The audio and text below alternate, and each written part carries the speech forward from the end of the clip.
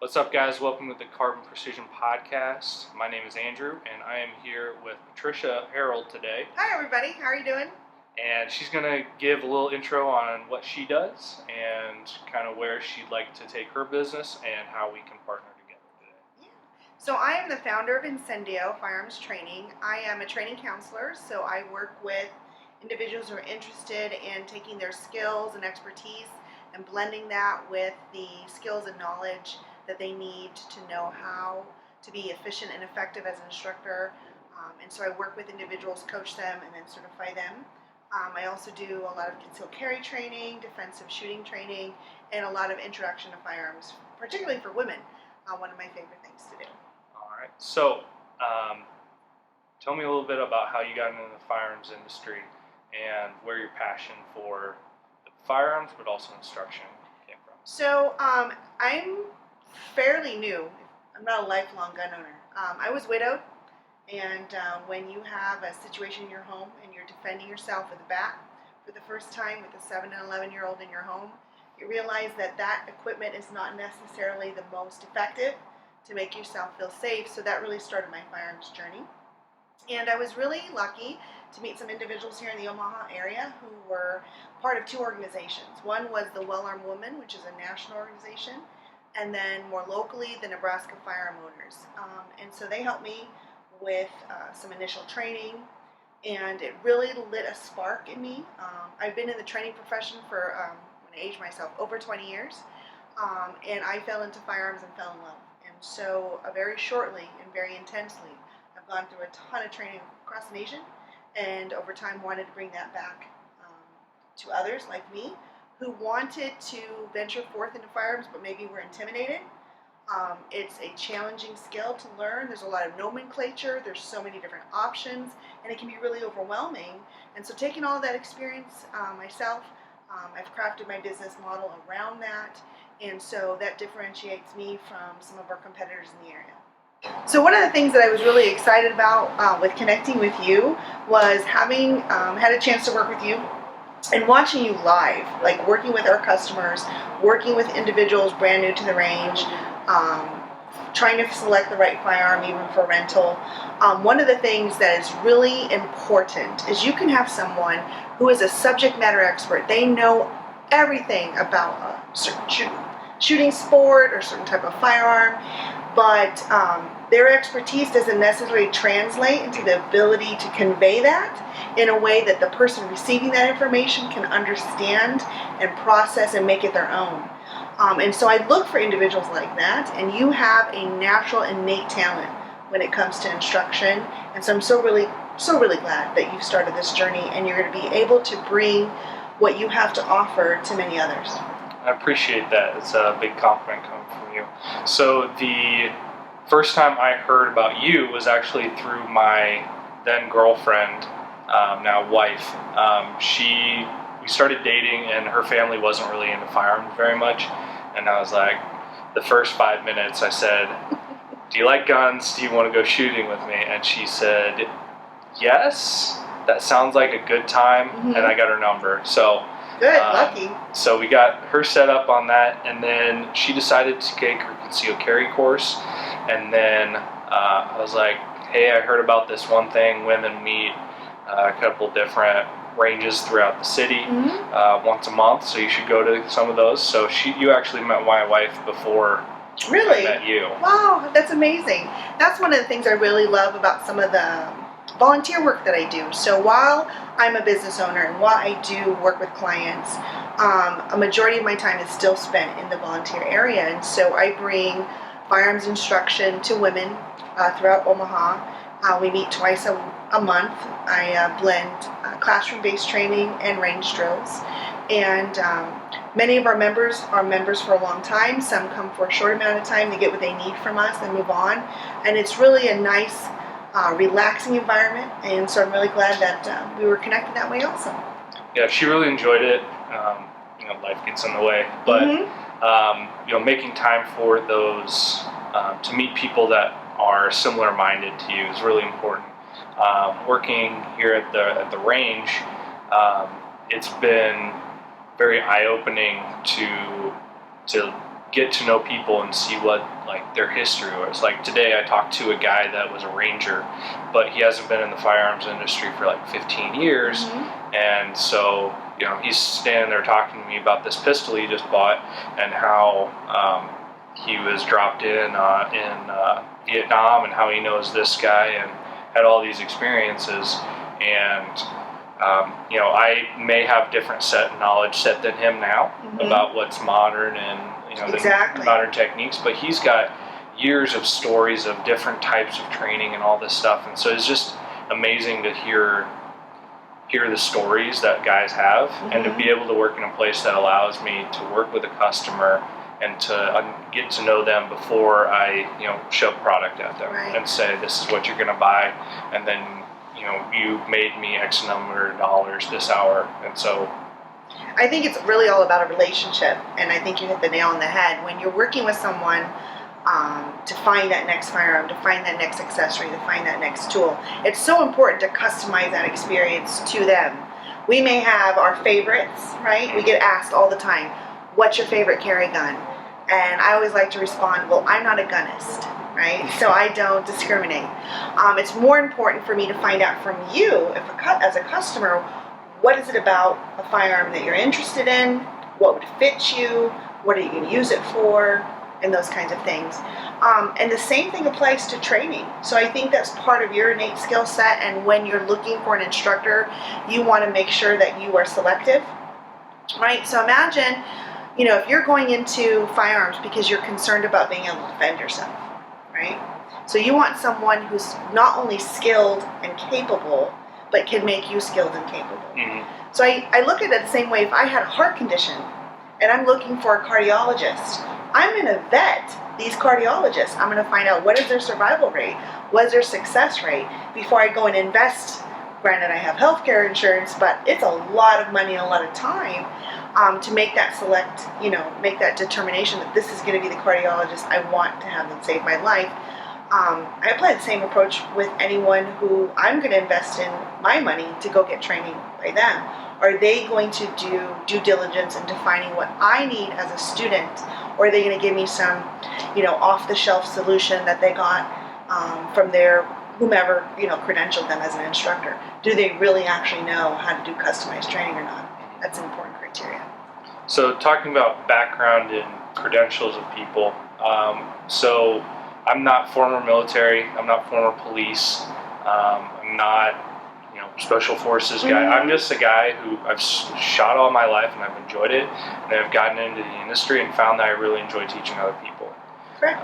So from your perspective, like, what is the importance of having certain types of credentials? Is it important to, you know, find somebody that's going to teach you that's former SWAT team member or, you know, that kind of thing? Sure. Well, obviously in Omaha we have many places where you can go shoot, and you have many places you can get training, and there are organizations who position themselves in the market as experts, and they have like the SWAT, the law enforcement, the special forces background, and those people come obviously rich with knowledge and expertise and experiences none of us who aren't in those areas are ever going to experience. So their stories are amazing, their skills are amazing, but at the same time, again, what are you looking for as a student? And so for me, am I credentialed? Yes, I'm credentialed. I hold many credentials, but I've been very selective in the credentials I've pursued, none of which are from my military background. I wasn't in law enforcement either, but I was a veteran. But I have to laugh, if the Air Force training that I got is applied now, I'm an ineffective instructor. So I love the Air Force, but firearms training wasn't their forte in my area that I did my job in. So for me, when you pursue a credential, it's to add to your body knowledge. It's to make what you already have better. So I'm not someone who goes and gets training and gets certificates and gets credentials to like add and blossom out this big resume full of awing things. It's more about the quality of the credential than the quantity of the credential, right? And so you want to have someone who has a recognized credential, not just somebody off the street who went to some training counselor somewhere got their basic instructor credential but really knows nothing about firearms, does not have a lifelong experience or an intense experience in areas of expertise. But you can't necessarily take someone with a long resume and go, that's the most effective instructor, because they might not even be able to teach well. They could lecture great, it'd be going like to a seminar, you know, but at the same time, are you going to walk home and be able to do any of the skills that that person can do? Maybe not, right? So you have to vet the people you invest your time and money with.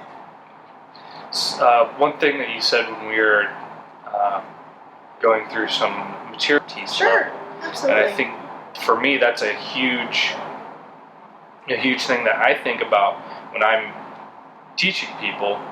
There's a guy who's a former cop here who's teaching me about like clearing rooms and like how to serve warrants, and I'm like, okay, well, I'm never going to serve a warrant, and you know, my skill level isn't. I don't have that experience. I don't have that skill level to say, hey, this is how you clear a house. I can teach you how to do a basic plan and how to shoot well, and you know, the basic laws of, you know, Nebraska. But I can't. You know, if somebody comes in, it'd be irresponsible of me to say, hey, this is how you do it, even though I understand the basics of it, and I've you know, read enough and I've watched enough content that I understand the basics of it. But I am not at a point where I feel comfortable that I can say, I'm going to teach you this. Sure. So another point that's really important is to ask your instructors or the people you're vetting, do they invest in their own training? Right? So did they just get one credential and now they're off running around creating their own curriculum and designing all these different things and maybe are well above their areas of expertise? That's kind of a dangerous thing to get into, because you're going to get misinformed, you're not going to get trained in all those kinds of things. But at the same time, as an instructor, we should have a love for learning and a passion for learning and increasing our own areas of expertise. So over time, my business first started with a solid foundation, a core business element, if you will, of offerings. But over time, through my own training and education, whether credentialed or just advanced training, I've been able to add and incorporate and diversify my offerings and increase the value proposition I offer my students, because once I feel I've mastered something, then I can give it back, right? So in the beginning of your training journey as an instructor, stay within your ballpark, right? Don't hit it out of the park, stay within the ballpark. Base hits win ball games. But as you go and explore and advance your skill, you can go outside that ballpark. One thing that I've been told for many years is you can't do something and you don't really know the material until you can teach it. And I found that is incredibly true just with basic handgun skills. So I get people who come in every day and I say, this is how you do it. And they look at me funny and they're like, well, okay, well, I'm still going to put my thumb over here and I'm going to, you know, dance on one foot. And I'm like, okay, so what did I do that I didn't explain this properly? Or what did I do that I didn't work through it properly? Right. And even in my own technique, as I explain it, I'm saying, well, what am I actually doing? You know, how am I holding? What's the pressure? What am I looking at? Yes. You know, am I switching? I can tell somebody, all right, side alignment, side picture, trigger press. Okay, well, what am I actually looking at? You know, do I need to describe, you know, iron sights, the 3 posts, and how you place it? Some people get confused on where you place it, and how can I better describe it to somebody that this is exactly what you need to do, and then have them comfortable enough to say, I'm not seeing that. I don't understand what you're trying to explain to me. So then I need to explain it to somebody a little different. Correct. So for many of us who entered the firearms industry without a lifelong experience, it's interesting. We're a wonderful community. We're warm and welcoming, but boy, do we eat our own, right? And so what I mean by that is, if you use the wrong vernacular, you use the wrong word to describe something. Like, I know anytime someone uses the word clip online, on social media, that poor person is just going to get inundated by like 27 people who have to explain to them, it's not a clip, it's a magazine, right? But when it is a clip, everybody's reaction, I mean, I said, this is actually last week, I said, yeah, pull the clip off, and somebody turns around and goes, it's not a clip. I know. And I said, yes it is, it's a binder clip that's holding the target onto the carrier. Correct. And I've talked about stripper clips, which are the clips that are appropriately using the word clip. But anyway, long story short, so going back to training, you have to spend some time with your students, and you need to quickly assess, are they as familiar as you would expect them to be? And usually they're not. And so, for instance, when we start using proper terminology, post, rear sight, front sight, and we're explaining it, often a bad instructor is going to do it in a way that assumes that the person completely understands the words that are coming out of our mouth and how it relates to what's happening down on the range at the target and where their bullet's going. And so, having been in training for as long as I have, we do technical training. I'm training pilots how to fly, navigators how to navigate, and a whole bunch of other Air Force positions in my day job.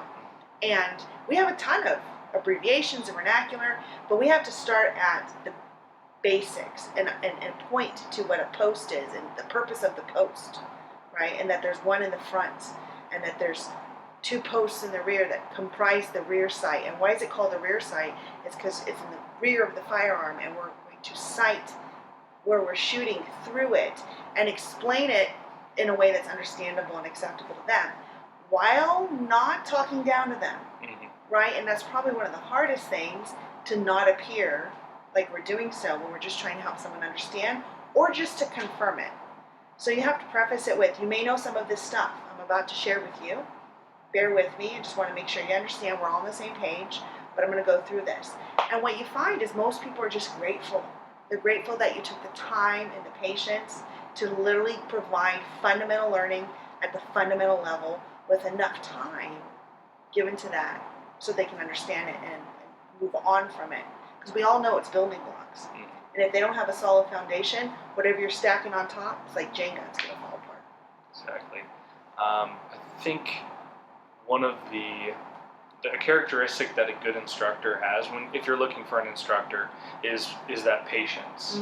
Because I think we've all had that teacher that's impatient. I lectured on it, I gave you homework, you should know this. Yeah. As opposed to, okay, I lectured on it, I gave you homework, you still don't understand it. What did I do wrong, or what didn't I quite do to explain it best to you? And so, if you have a teacher or an instructor that's impatient, it's your fault. You should have figured it out by now. If you have a patient teacher, okay, how, for me, I'm always internalizing and saying, okay, they're not accomplishing the goal, and I've explained it to them, and they still don't understand it. You take ownership of the learning, and that's one of the things that I am impressed with you and others who do this.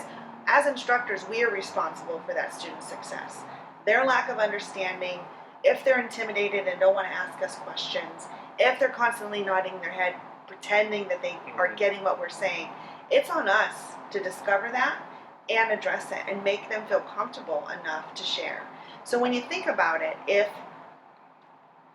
you were having to be, what's the metaphor? Oh, so this is the analogy. We talk about it in pilot training. So imagine the pilots have passed out. I'm a pilot trainer. Okay? So. And I am air traffic control, and I'm trying to take you, Andrew, through the landing sequence. Okay. A lot of it's automated, but there's going to be some stuff that you're going to need to do.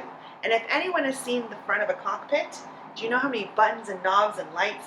Imagine how intimidated you would be knowing that you could die if you don't perform the sequence of events correctly, right? How different is that from maybe teaching someone how to be a good defensive shooter and how to apply the laws of lethal force? We are dealing with some very important topics.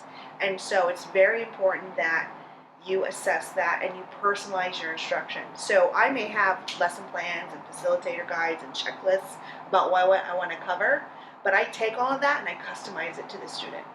So I don't teach like 25 people at a time, hope they all absorb it, take them on the range and see how they shoot. I tend to do small groups. So I'm going to invest my time and energy into a small group instructor-student ratio that makes it effective for the level of learning that we're attempting to achieve. Sure. So, how important is it to set like standards for a student? Because I'll have somebody come in and they have a shotgun style target where they're like, I hit paper. Mm-hmm. What would be taking somebody from that to what level of accuracy or what level of proficiency are you looking for? Correct. Because somebody that's capable with that exact same firearm can shoot a quarter at that distance.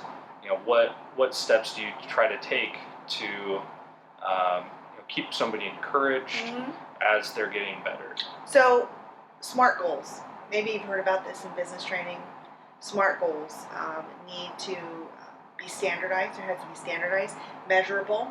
They have to be achievable, right? All those concepts. So let's talk about that. You define the students' goals. What is it they're trying to achieve?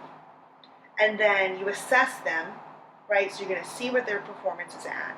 And then you need to chunk it into the time they have available. And that's where that customized approach really works really well. Because if they only can meet you for 3 sessions, what can you achieve in 3 sessions given their performance? And the first session is really the telltale. Like, how far can I get them towards their goals? The other part of it is being clear about those standards and why those standards matter, right? So some people, when we work here, we watch them, they're shooting. Those targets are just, like you said, full of holes, right?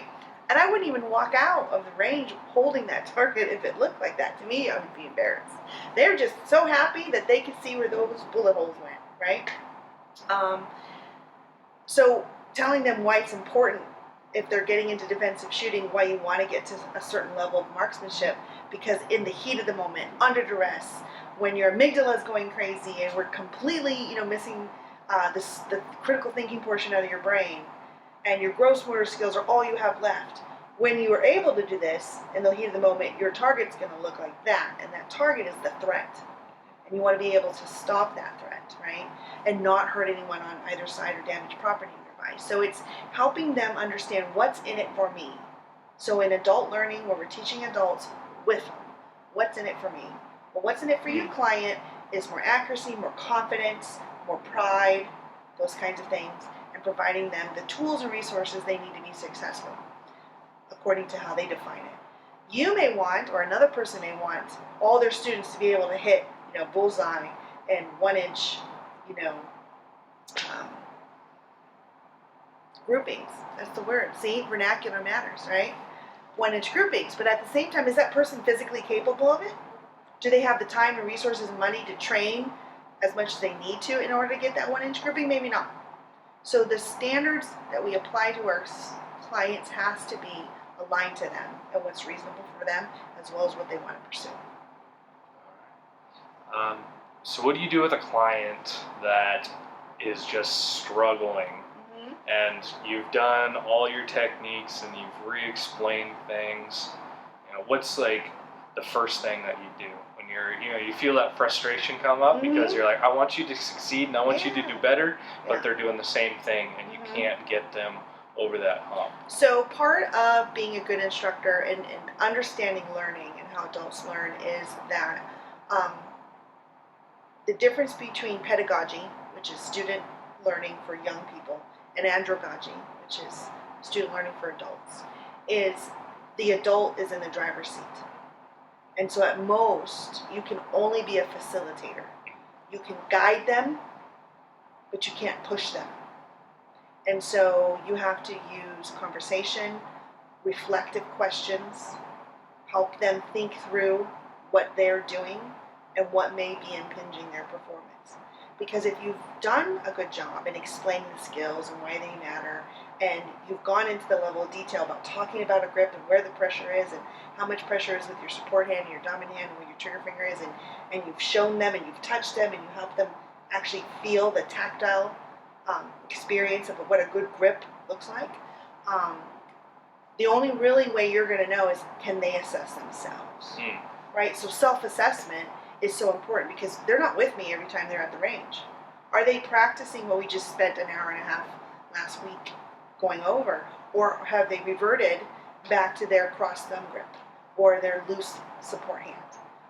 And so self-assessment is a part of my curriculum technique and part of any real good process when you're working one-on-one with a client. Yeah, the familiarization with the firearm or whatever you're trying to teach somebody is huge. I found that there's a really emotional thing that happens when people are shooting guns. Yeah. Like somebody comes in and they're really nervous, they're really like, can't do this, and then you're like, all right, well here, just hold it. Okay, just one round, it's not gonna, and then they get familiarization, and then they're like, okay, this is fun. Then, so I think there's like levels to it. There's the first level is getting somebody, getting the hand in, getting the gun in the hand. And maybe they don't have the grip quite right, or they don't have this, but they're they're smacking the trigger, they're doing all these things. But you know what? I just want them here right now, and I want them to learn to enjoy it. And then I have other people that they're very proficient and they're comfortable, but then we're gonna move that trigger finger. We're gonna press it a little different. Little refinements and such. And little bit. The one person I'm struggling with right now is this guy I know. He's got everything down, and he understands it, and I've got his grip's incredible, but he flinches every time, and he's dropping them 12 inches low. Wow. And that's pretty extensive. And that's probably disappointing for him and disappointing for you. It's very frustrating for him, and I mean, this is just kind of asking, like, what do you do with somebody like that? Because I walk him through it. I have him dry fire. He's spot on. Everything's good. But then that subconscious little grip, and he drops. Right. So as you know, proficient shooting is a million small movements, right? A million small movements, all coming together into that one perfect shot, okay? And then being able to repeat that. So what happens sometimes is the Padawan learner, if you will, gets so caught up in trying to manage the entire mastery of it, and cognitively they can, but not kinesthetically. So their brain knows everything, but their body doesn't know everything yet. And so what has happened along their firearms training journey is they've mastered portions, but now they're missing chunks that we're all assuming they had, because they had it during the developmental stage. You saw that they did this right. So you have to almost go back to the drawing board with them and start at ground zero and say, today's goal is to see if we're doing this small thing right. And assessing that. Okay, got it. And moving through. So it's like, I had a car, it ran great yesterday and it's not running great today. You gotta do a diagnostic. So the same approach in fixing a car, same approach in working with a client. And the biggest thing is to get them out of their head, because they have elevated their expectations for themselves so much that now they're in their own way. Okay, so they can't even get to where they want to be because they're overthinking and over-processing. Yeah. And again, shooting is supposed to be fun. This is a fun skill. It has practical applications, but it's fun and enjoyable. So what you need to do then also is start creating some drills that are skill-based, developmental drills that are really fun. So goes to the competition, goes to the timing, goes to something new venues, new types of targets, those kinds of things.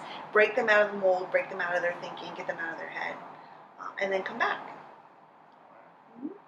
Well, it looks like we're at about a half hour here, and we got life. Yeah, life's happening. Anyways, thanks for listening. Again, my name is Andrew.